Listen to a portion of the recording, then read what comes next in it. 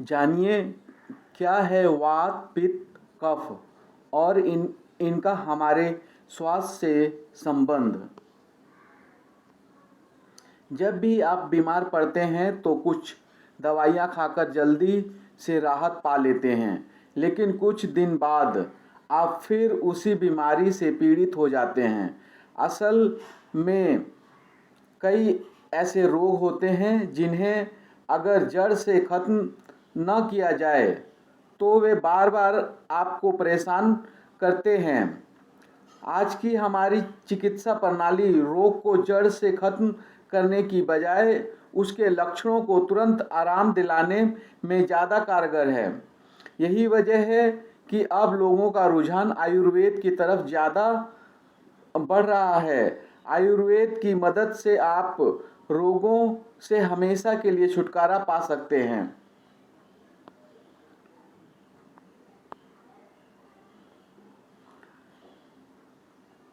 आयुर्वेदा वत पित्त कफ, earth air, अर्थ fire, water, अर्थ fire, water, earth air, वात पित्त कफ।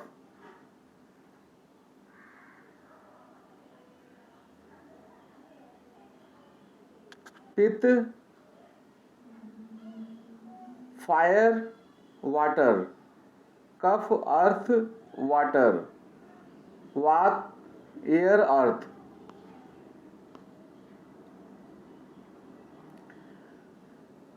प्राचीन काल से ही मनुष्य रोगों को दूर करने की कोशिश करता रहा है। उस समय ऋषि मुनियों ने जड़ी बूटी और सही जीवन शैलियों के आधार पर चिकित्सा प्रणाली विकसित की, जिसे आयुर्वेद का नाम दिया गया। आयुर्वेद शब्द का मतलब है आयुष प्लस वेद, अर्थात इस शब्द का अर्थ हुआ जीवन का विज्ञान। साधारण शब्दों में कहें तो जीवन को ठीक तरह से जीने का विज्ञान ही आयुर्वेद है।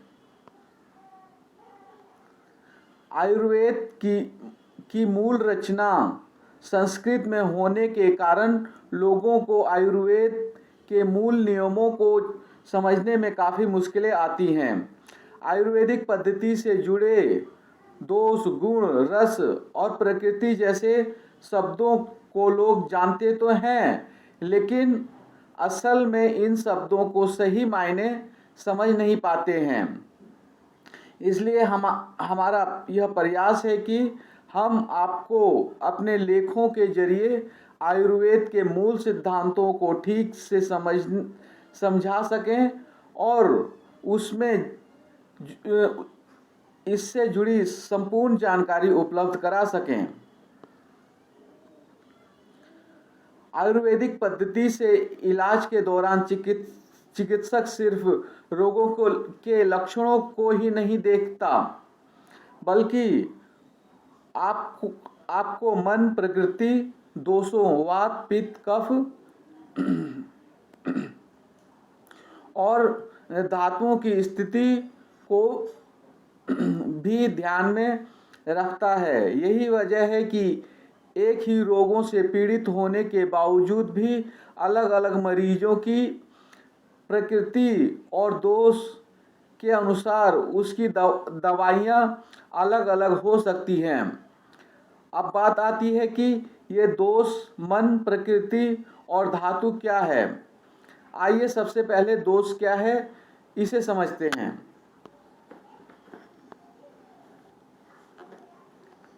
एक, त्रिदोष सिद्धांत क्या है। दो, वात दोष। 2.1 वात का शरीर में स्थान। 2.2 वात का आपके शरीर और स्वास्थ्य पर प्रभाव। 3.2 पित्त दोष। 3.1 पित्त का शरीर में स्थान। 3.2 पित्त का आपके शरीर और स्वास्थ्य पर प्रभाव। 4.3 कफ दोष। 4.1 कफ का शरीर में स्थान। 4.2 कफ का आपके शरीर और स्वास्थ्य पर प्रभाव। त्रिदोष क्या है? जब इलाज के लिए आप किसी आयुर्वेदिक चिकित्सक के पास जाते हैं तो वे कहते हैं कि आपके शरीर में वात बढ़ गया है या पित्त के बढ़ जाने के कारण आपको यह समस्या हो रही है। लेकिन क्या कभी आपने सोचा है कि ये वात पित्त कफ क्या है और इनके बढ़ जाने से शरीर को क्या नुकसान है? हमारा शरीर 5 तत्वों जल, पृथ्वी, आकाश, अग्नि और वायु से मिलकर बना है। आयुर्वेद के अनुसार शरीर का स्वास्थ्य इन तीनों चीज़ों पर सबसे ज़्यादा निर्भर करता है। वात, पित्त और कफ, ये तीनों अगर शरीर में संतुलित अवस्था में है तो आप स्वस्थ हैं। अगर इनमें से किसी का भी संतुलन बिगड़ा तो रोग उत्पन्न होने लगता है। इसी वजह से इन्हें दोष कहा गया है। इन दोषों की संख्या 3 होने के कारण ही इन्हें त्रिदोष कहा गया है।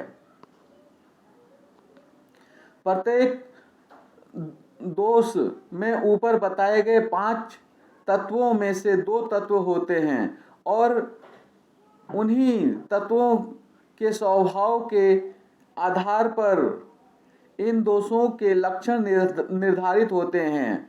जैसे कि वात दोष, आकाश और वायु इन 2 तत्वों से मिलकर बना है। इन दोनों तत्वों के स्वभाव में ही गतिशीलता है, तो वात के लक्षण भी गति से जुड़े हैं। इन दोषों के असंतुलित होने के 2 मुख्य कारण हैं। पहला, इन दोषों में बढ़ोतरी और दूसरा, इनमें कमी।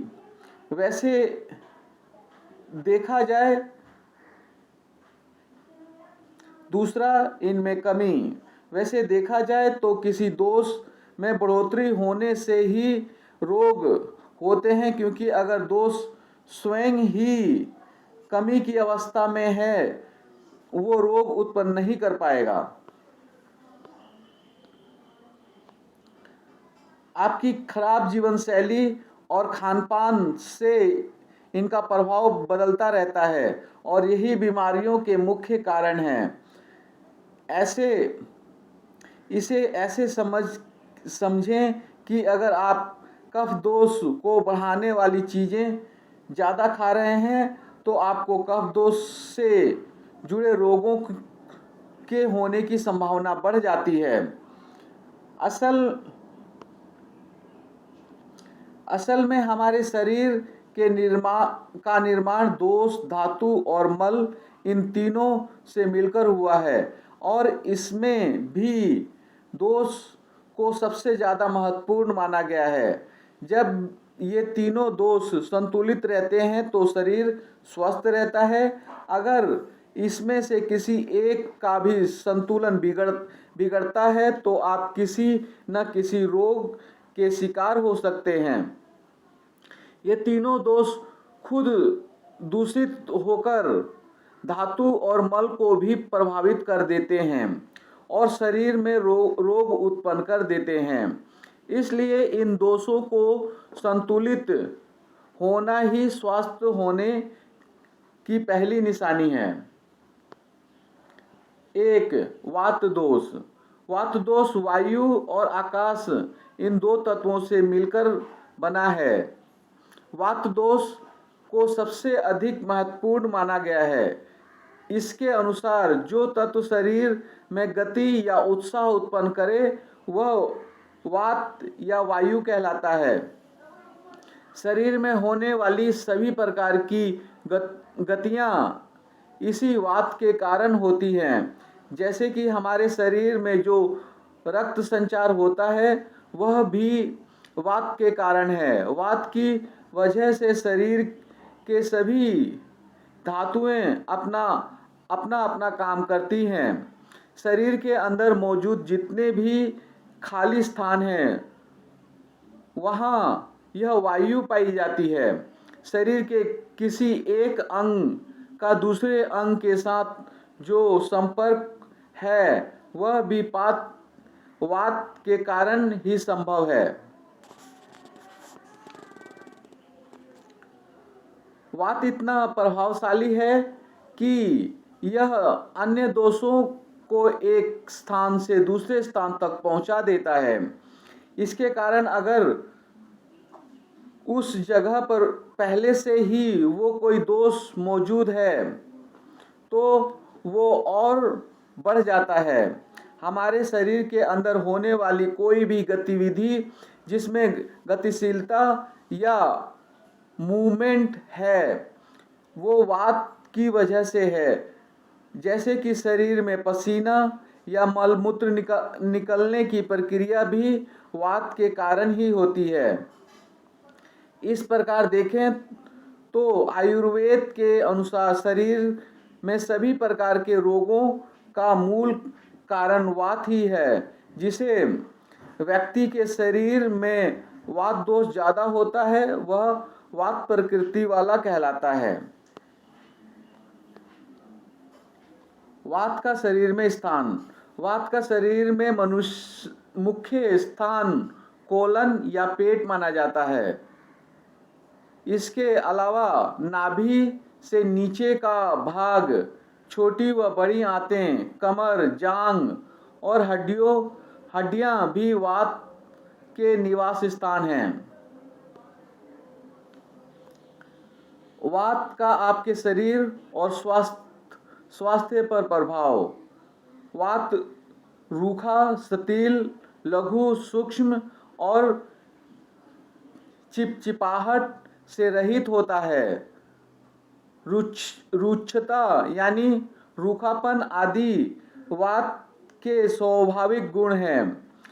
वात के संतुलित होने से शरीर में रक्त का और मलमूत्र का प्रभाव ठीक तरह से होता है। मलमूत्र का प्रवाह ठीक तरह से होता है। वात प्रकृति वाले लोगों में निम्न लक्षण पाए जाते हैं जैसे कि शरीर में रूखापन, दुबलापन, धीमी और भारी आवाज़ और नींद में की कमी। इसके अलावा आँखों, भौहों, ठोड़ी के जोड़, होठों, जीभ, सिर, हाथों व टांगों में अस्थिरता भी वात के मुख्य लक्षण हैं। वात प्रकृति वाले लोगों में निर्णय लेने में जल्दीबाजी, जल्दी क्रोधित होना या चिढ़ जाना, जल्दी डर जाना, बातों को जल्दी समझकर फिर भूल जाने जैसी आदतें पाई जाती हैं। 2. पित्त दोष। पित्त दोष अग्नि और जल इन दो तत्वों से मिलकर बना है। पित्त शब्द संस्कृत के तप शब्द से बना है जिसका मतलब है शरीर में जो तत्व गर्मी उत्पन्न करता है वही पित्त है। यह शरीर में उत्पन्न होने वाले एंजाइम और हार्मोन्स को नियंत्रित करता है।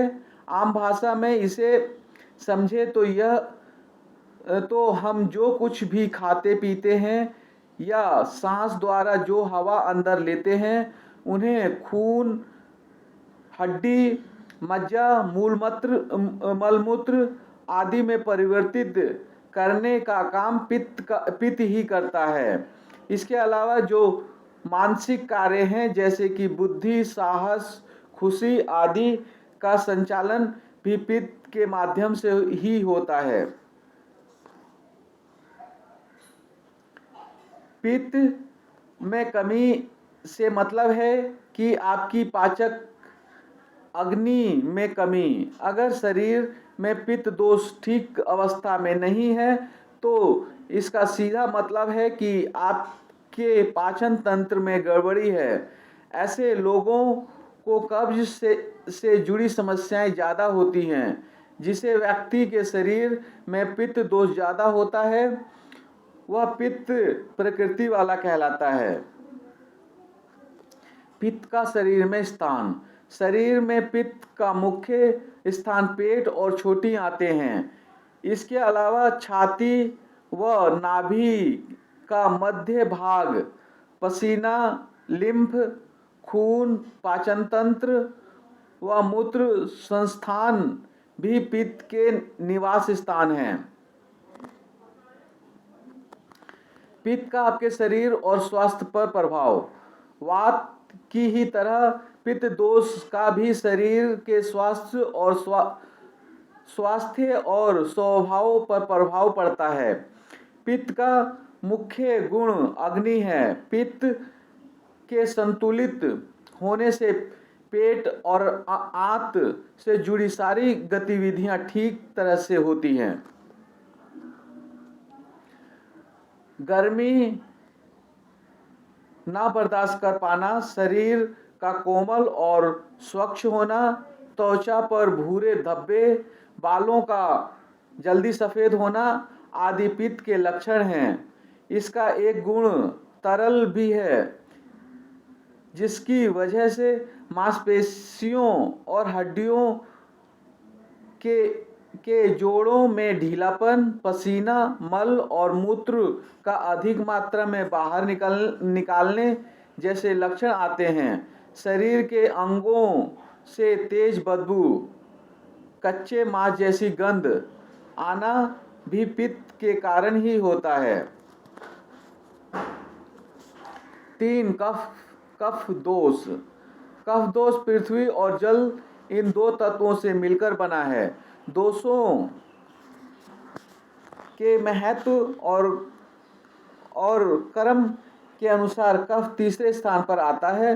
कफ दोष शरीर के सभी अंग का पोषण करता है और बाकी दोनों दोषों वात और पित्त को भी नियमित करता है। हमारे मानसिक और शारीरिक काम करने की क्षमता, रोग प्रतिरोधक क्षमता, काम शक्ति, धैर्य, क्षमा और ज्ञान आदि कफ के गुण हैं। कफ में मौजूद तमोभाव ही नींद का मुख्य कारण है। शरीर में अगर कफ की मात्रा में कमी आती है तो बाकी दोनों दोष अपने आप ही बढ़ने लगते हैं। कफ भारी, मुलायम, मधुर, स्थिर और चिपचिपा होता है। यही इसके स्वाभाविक गुण हैं।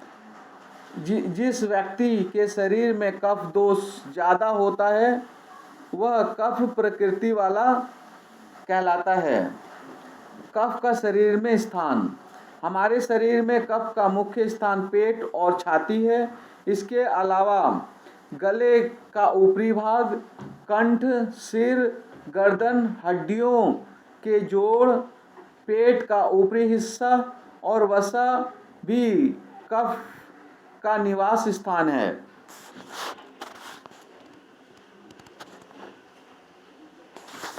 कफ का आपके शरीर और स्वास्थ्य पर प्रभाव। कफ प्रकृति वाले लोगों में निम्नलिखित लक्षण पाए जाते हैं, जैसे कि उनकी चाल स्थिर और गंभीर होती है, भूख, प्यास और गर्मी कम लगना, पसीना कम आना, शरीर में वीर्य की अधिकता, जोड़ों में मजबूती और स्थिरता, शरीर में गठीलापन और शारीरिक अंगों में चिकनाहट इसके प्रमुख लक्षण हैं। इसके अलावा कफ प्रकृति वाले लोग सुंदर, खुशमिजाज, कोमल और गोरे रंग के होते हैं। जब आप इन तीनों दोषों से भली भांति परिचित अब आप तीनों दोषों से भली भांति परिचित हो चुके हैं। आगे हम आपको प्रत्येक दोष और उसके लक्षण के बारे में विस्तार से बताएंगे।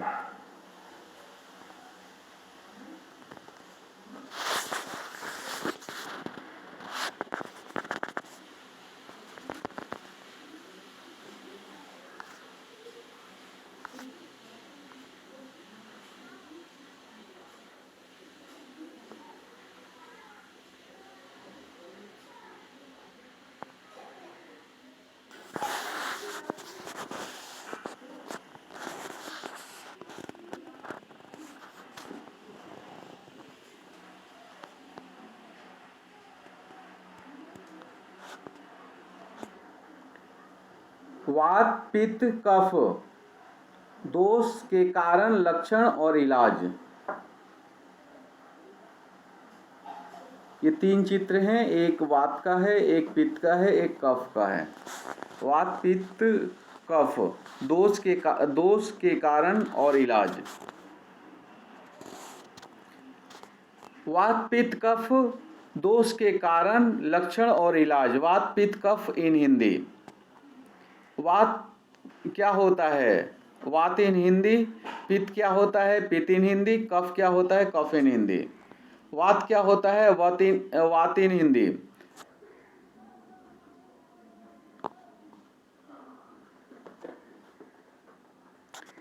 वात या वायु तीनों दोषों में सबसे अधिक महत्वपूर्ण है।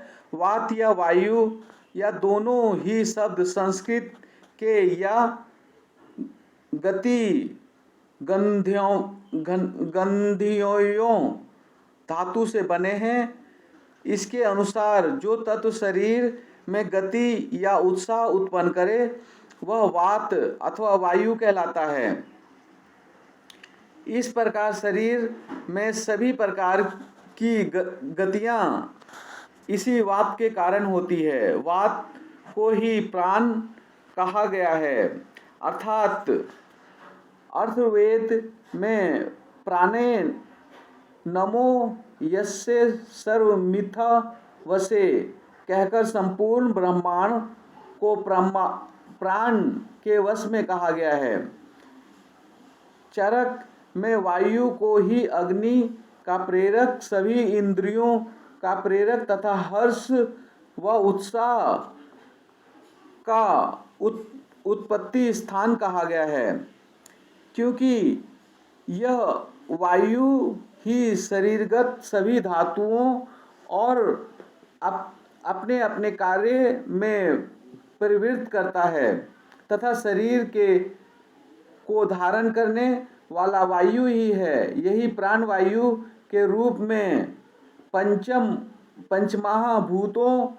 पंचमहाभूतों में विद्यमान है। वात के रूप में त्रिदोष में स्थित है।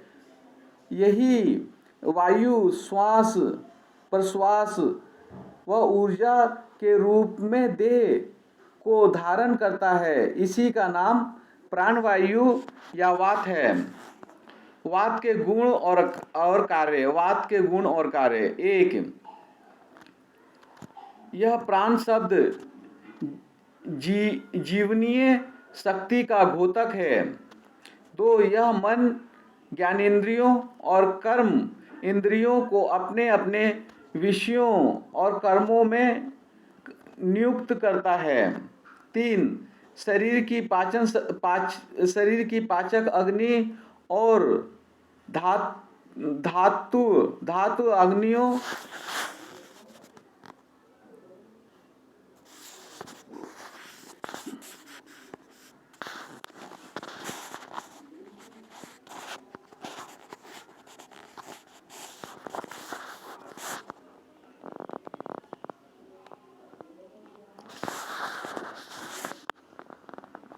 एक, यह प्राण शब्द जीवनीय शक्ति का घोतक है। 2, यह मन ज्ञानेंद्रियों और कर्म इंद्रियों को अपने अपने विषयों और कर्मों में नियुक्त करता है। 3, शरीर की पाचक अग्नि और धातु गिनियों अग्नियों को भी यही प्रदीप्त करता है। 4 हमारे शरीर में जो भी विभिन्न स्रोत हैं उनको उनके छोटे व बड़े विवरों खाली स्थानों का निर्माण भी यही वात ही करता है।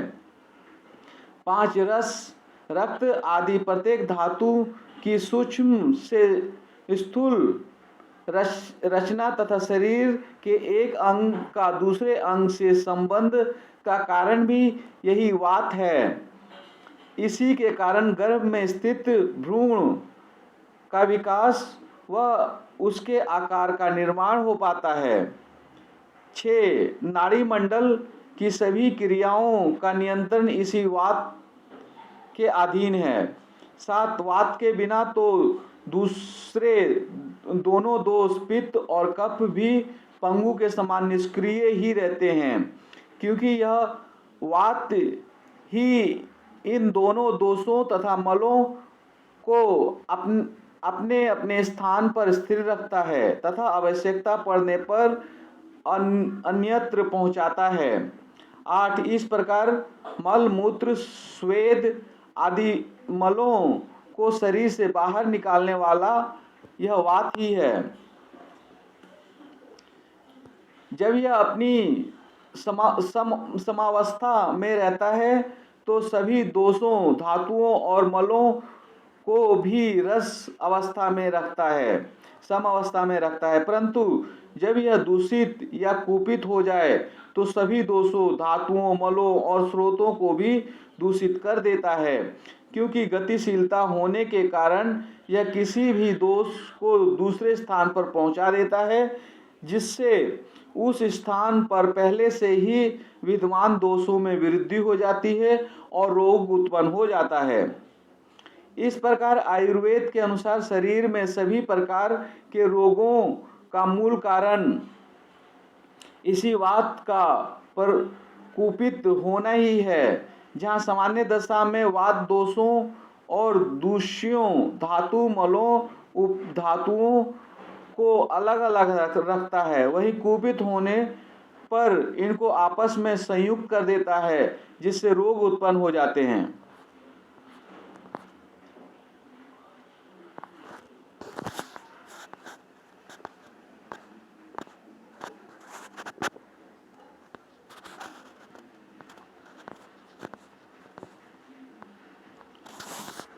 वाक में एक गुण है योग्य वाहिता, अर्थात अन्य दोषों के सहयोग से उनके गुणों को धारण करना। इस प्रकार जब यह पित्त दोष के साथ मिलता है तो उसमें दाह उष्णता आदि पित्त के गुण आ जाते हैं, और जब कफ के साथ मिलता है तो उसमें स्थिरता क्लेदन गीलापन आदि गुण आ जाते हैं। यह वात स्थान और कर्म के भेद से 5 प्रकार का माना गया है: प्राण, उदान, समान, व्यान और अपान। सभी प्रकार के रोगों की उत्पत्ति में वात का योगदान होता है, परंतु केवल वात के प्रकोप से उत्पन्न होने वाले नानात्मज रोग संख्या में 80 माने गए हैं। वात दोषों के कारण वात के कुपित होने के कारण वेगरोध अर्थात मलमूत्र छींक आदि स्वाभाविक इच्छाओं को दबाकर रखना, खाए हुए भोजन के पचने से पहले ही फिर कुछ खा लेना, रात को देर तक जागते रहना, ऊंचा बोलना, अपनी शक्ति की अपेक्षा अधिक शारीरिक श्रम करना, लंबी यात्रा के समय वाहन में धक्के लगना, रूखे तीते तित अर्थात कड़वे और कसेले खाद्य पदार्थों का अधिक मात्रा में सेवन करना, सूखे मेवे अधिक मात्रा में खाना, बहुत अधिक चिंता करना, मानसिक परेशानी में रहना, अधिक संभोग करना, डरना, उपवास करना, अधिक मात्रा में खाना तथा अधिक ठंडा खाना। इन सभी कारणों से शरीर में वात दोष कुपित हो जाता है। वर्षा ऋतु में तो इन कारणों के बिना भी वात का प्रकोप स्वाभाविक रूप से हो जाता है। वात प्रकृति वाले लोगों में तो बहुत अल्प कारणों से ही वात का प्रकोप हो जाता है। वात दोषों के लक्षण। वात के प्रकोपित होने के लक्षण। जब शरीर में वात प्रकोपित हो जाता है तो उससे शुष्कता, रूखापन, अंगों में शरीर में जकड़न, सुई की चुभन जैसा दर्द, संधि शैथिल्य, हड्डियों के जोड़ों में ढीलापन, संधि च्युति, हड्डियों का खिसकना, हड्डी का टूटना, कठोरता, अंगों में कार्य करने की अशक्ति, अंगों में कंपन व अस्वाभाविक गति से अंग का शून्य पड़ना, शीतलता, कमजोरी, कब्ज, शूल, तेज पीड़ा, नाखून, दांतों और त्वचा के रंग का कुछ काला या फीका पड़ना, मुंह का स्वाद कसेला या फीका होना आदि लक्षण प्रकट होते हैं। वात का मूल स्थान पाकवाश्य आंत है। अन्न का मल भाग जब पाकवाश्य में पहुंचता है तो वात उत्पन्न होती है, जो दूषित या प्रकोपित वात ही होती है। प्रकोपित वात के उपचार। जिन कारणों से वात का प्रकोप होता है उन कारणों को दूर करने तथा वात के विरोधी खानपान, औषधियों और साधनों का प्रयोग करने से वात शांत हो जाता है। इसके अतिरिक्त वात जो अपने गुण कर्म है उनसे विपरीत उल्टी चिकित्सा करना चाहिए।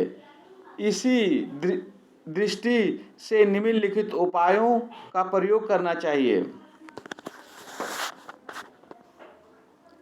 1. स्नेहन अर्थात स्नेह पदार्थों, घी, तेल, वसा, मज्जा का सेवन, उष्ण जल से स्नान करना तथा स्नेह युक्त बस्ती एनिमा देना। 2. स्वेदना या सेंक, गर्म जल से तथा वातनाशक औषधियों के काढ़े से सेवन या अवगाहन, काढ़े वाले टब आदि में बैठना एवं अन्य गर्म पदार्थों का प्रयोग करके पसीना लाना। 3. मृदु विरेचन अर्थात स्निग्ध, उष्ण तथा मधुर, मीठे, अम्ल, खट्टे तथा लवण, नमकीन रस वाले द्रव्य से तैयार औषधि से हल्का विरेचन करना जिससे मल बाहर निकल जाए। 4. रोग वाले अंगों पर पुलिटिस या पट्टी कपड़े से बांधना। पादाघात अर्थात पैर से दबाव, वातनाशक द्रव्यों का नशे लेना, नाक में डालकर ऊपर की ओर खींचना, उनका उबटन मलना, स्नान, संवाहन, हाथों से अंगों को दबाना और मालिश करना।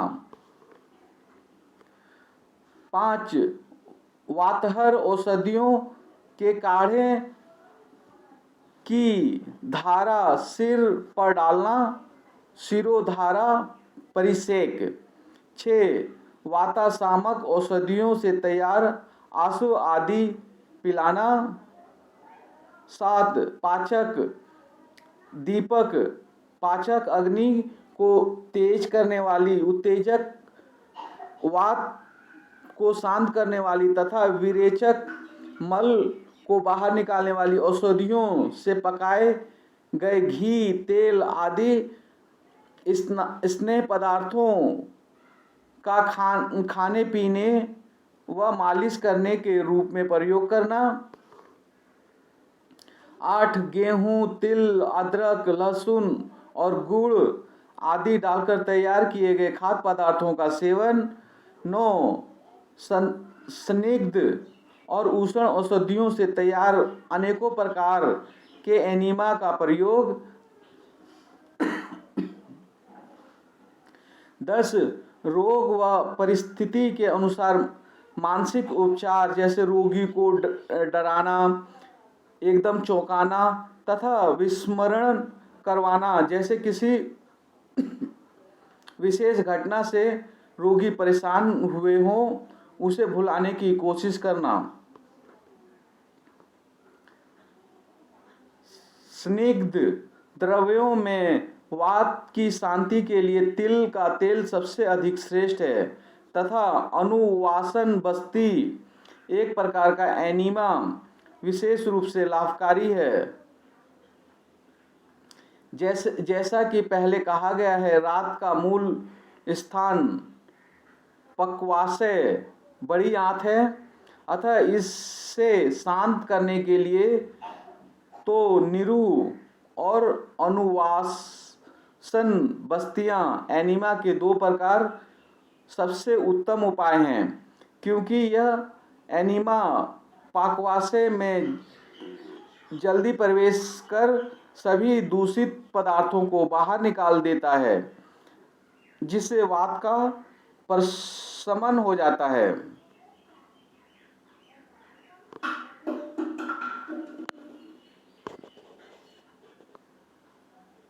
पित्त क्या होता है? पित्त 5 प्रकार का होता है और शरीर में 5 स्थानों पर रहता है। यह एक पतला पीले रंग का और तेजाब की तरह गर्म तरल होता है। यदि पित्त आम युक्त होता है तो पित्त का रंग नीलेपन लिए होता है और आम रहित पित्त पीला रहता है। पित्त के लक्षण, गुण और चिकित्सा सूत्र का विवरण आयुर्वेद ने इस प्रकार प्रस्तुत किए हैं। सस्नेह मुषण तीक्ष्ण च द्रवमलम सरकटु विपरीत गुणे पित्त द्रव्ये रासु प्रस्मयति। अर्थात पित्त तनिक चिकनाई युक्त, उष्ण, तीखा, द्रव, खट्टा, सिर और कटु गुण वाला होता है। इससे विपरीत गुण वाले द्रवों के प्रयोग से पित्त का शमन होता है। पित्त के प्रकार और कार्य। इसके 5 प्रकार व स्थान इस प्रकार हैं। 1 पाचक पित्त आमाशय में रहकर 6 रसों को पचाता है, अग्नि जठराग्नि के बल को बढ़ाता है और शरीर के सब पित्तों का पालन पोषण करता है। 2 रंजक पित्त यकृति लीवर व तिल्ली में रहकर रस को रक्त बनाता है। 3 साधक पित्त हृदय में रहकर रक्षा करता है और बुद्धि व स्मरण शक्ति को बढ़ाता है। 4 आलोचक पित्त, यह नेत्रों में रहकर देखने की शक्ति प्रदान करता है और इसी के बल से व्यक्ति को दिखाई देता है। 5 भ्राजक पित्त, सारे शरीर और त्वचा में भ्राजक पित्त व्याप्त रहकर त्वचा की कांति बढ़ाता है और मालिश के तेल को सोखता है। 6 इन पित्तों में जो भी या जिस स्थान का पित्त कुपित होगा उस स्थान से संबंधित पित्तजन्य व्याधि उत्पन्न हो जाएगी। पित्त के लक्षण। जब पित्त कुपित होता है तब शरीर में जलन और आग की ज्वाला की आँच लगने का अनुभव होना, गर्मी लगना, खट्टी डकारें आना, पसीना बहुत आना, शरीर से दुर्गंध आना, जी मिचलाना, घबराहट, उल्टी होना, होने की इच्छा होना या उल्टी होना, मुंह का स्वाद कड़वा होना, त्वचा का सूखा होना, फटाना फटाना, लाल लाल चकत्ते होना, अधिक प्यास लगना, मुंह सूखना, पतले दस्त लगना, आँखों व पेशाब का रंग पीला होना, आँखों के सामने अंधेरा छाना आदि लक्षण प्रकट होते हैं।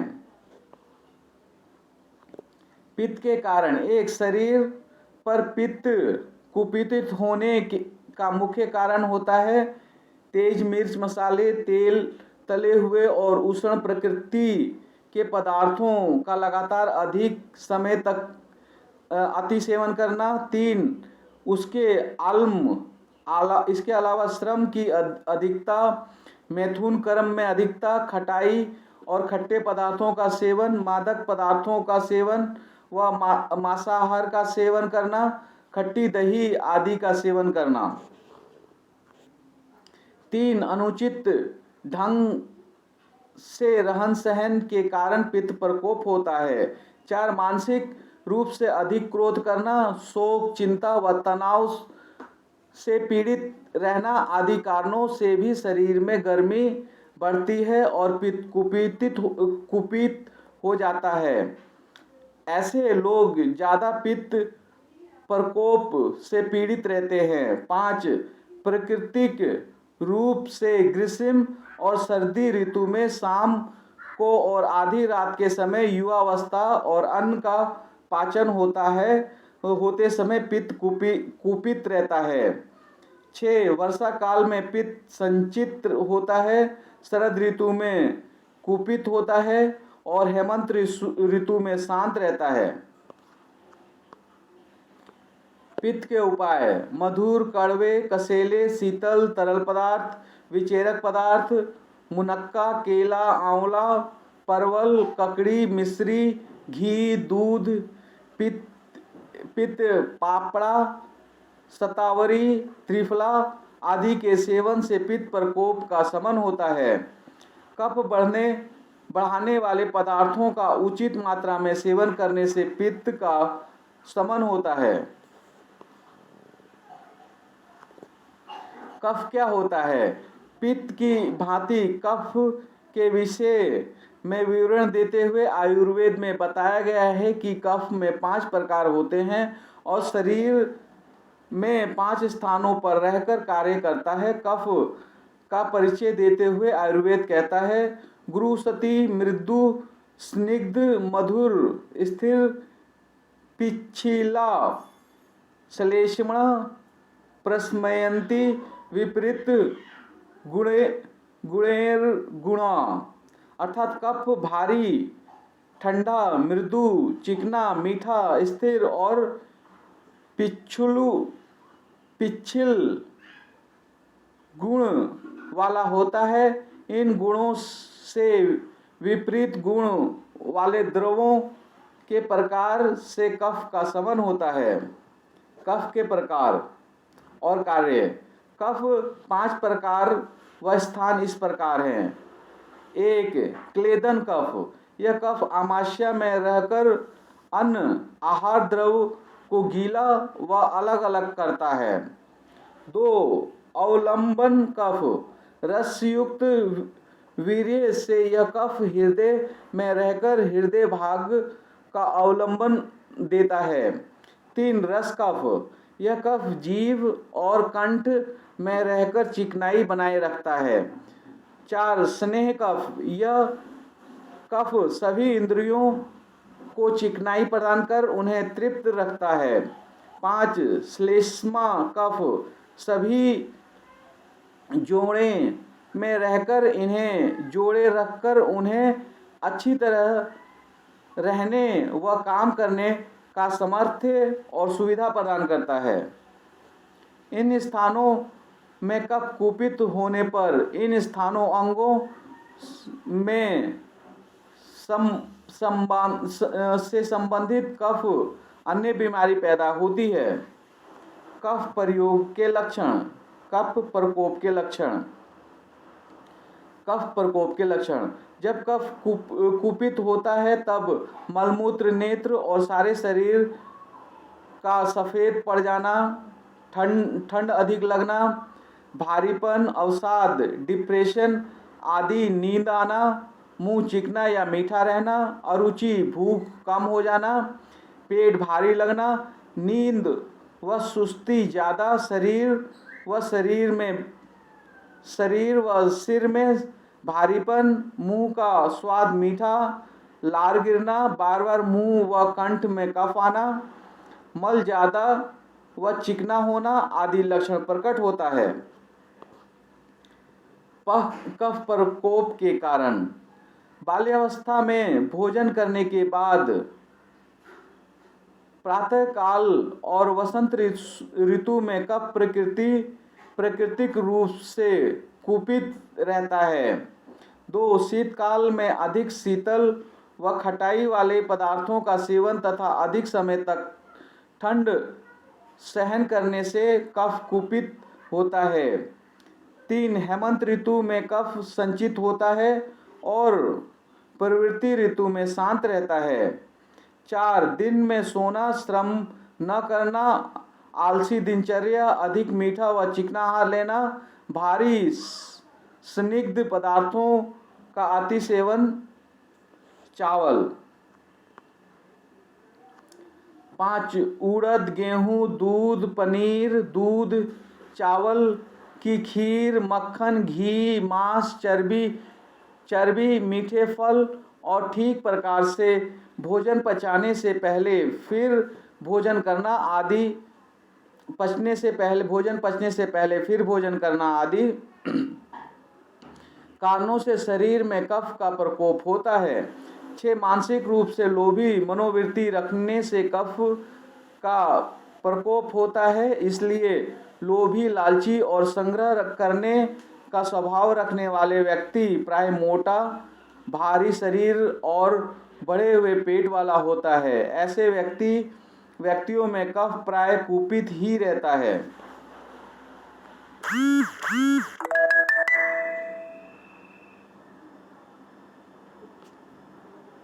कफ निकालने के उपाय। चरपरे, कसेले, रूखे व गर्म पदार्थों का सेवन करना, कफनाशक, स्वेदन क्रिया, पसीना निकालना, कफ विचेरक, दस्त लेना, कसरत या अधिक श्रम करना, वामन उल्टी करना, ठंडे पानी में शहद घोलकर पीना, गर्म पानी पीना, त्रिफला, चना, मूंग, लहसुन, प्याज, नीम, निसोत व कुटिकी आदि का सेवन करने से कफ प्रकोप का शमन होता है। इसमें से किसी भी एक या दो या तीनों के कुपित होने से तो अस्वस्थता पैदा होती ही है, साथ ही इनकी कमी होने से भी अस्वस्थता पैदा होती है। इस विषय पर संक्षिप्त रूप में जानकारी प्रस्तुत करते हैं। वात में कमी होने पर सांस लेने में कठिनाई, घबराहट, भारीपन, सुस्ती व अर्धमूर्छिता का अनुभव होता है। पित्त में कमी होने पर मंदाग्नि, ठंडापन, आलस्य, मन में उदासी और निस्तेजता आदि लक्षण प्रकट होते हैं। कफ का क्षय, कमी होने पर शरीर में रूखापन, जलन, सिर खाली सा लगना, जोड़ और हाथ पैर ढीले होना, अनिद्रा और शरीर दुबला होना आदि लक्षण प्रकट होते हैं।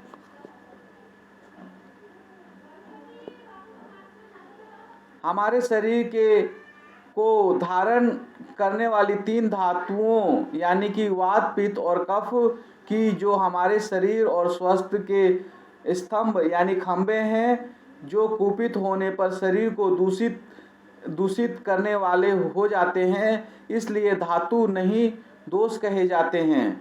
इन तीनों का महत्व और प्रभाव एक समान है, इसलिए तीनों खंभों में प्रत्येक खंभा महत्वपूर्ण और अनिवार्य होता है। जैसे 3 टांग का स्टूल का प्रत्येक टांग महत्वपूर्ण और जरूरी होता है। एक भी टांग हटने पर स्टूल खड़ा नहीं रहता, धराशायी हो जाता है। इस प्रकार वात, पित्त और कफ तीनों में से प्रत्येक का अपना सामान्य स्वस्थ अवस्था में रहना शरीर के स्वास्थ्य रखने के लिए अनिवार्य है। ये स्वस्थ सामान्य अवस्था में रहते हैं तो शरीर को धारण किए रहते हैं, इसलिए धातु कहे जाते हैं। लेकिन कम ज़्यादा होने पर ये ही रक्षक के बजाय भक्षक बन जाते हैं, यानी शरीर के स्वास्थ्य न रखकर रोगी बना देते हैं, शरीर को दूषित कर देते हैं, इसलिए दोष कहलाते हैं। अगर तीनों कुपित हो जाएं तो त्रिदोष कहे जाते हैं। यह अवस्था बहुत कष्टपूर्ण होती है। तीनों दोष कुपित होने को सन्निपात त्रिदोष कहते हैं।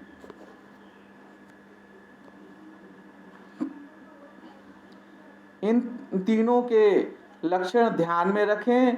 कोई व्याधि हो तो उसके लक्षणों पर ध्यान देकर यह समझ लें कि ये किस दोष के लक्षण है। जिस दोष के लक्षण से मिलते जुलते हों उस दोष को कुपित समझें और उस दोष का शमन करने वाला आहार विहार करें तो वह कुपित दोष शांत हो जाएगा।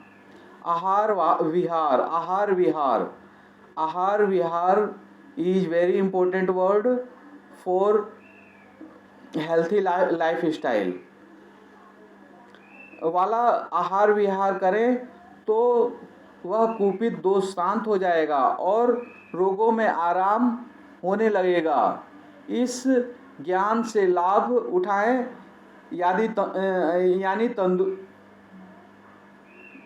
तदनुसार अमल करके अपने शरीर व स्वास्थ्य को स्वस्थ और निरोग रखें ताकि बीमार होने की नौबत ही ना आवे।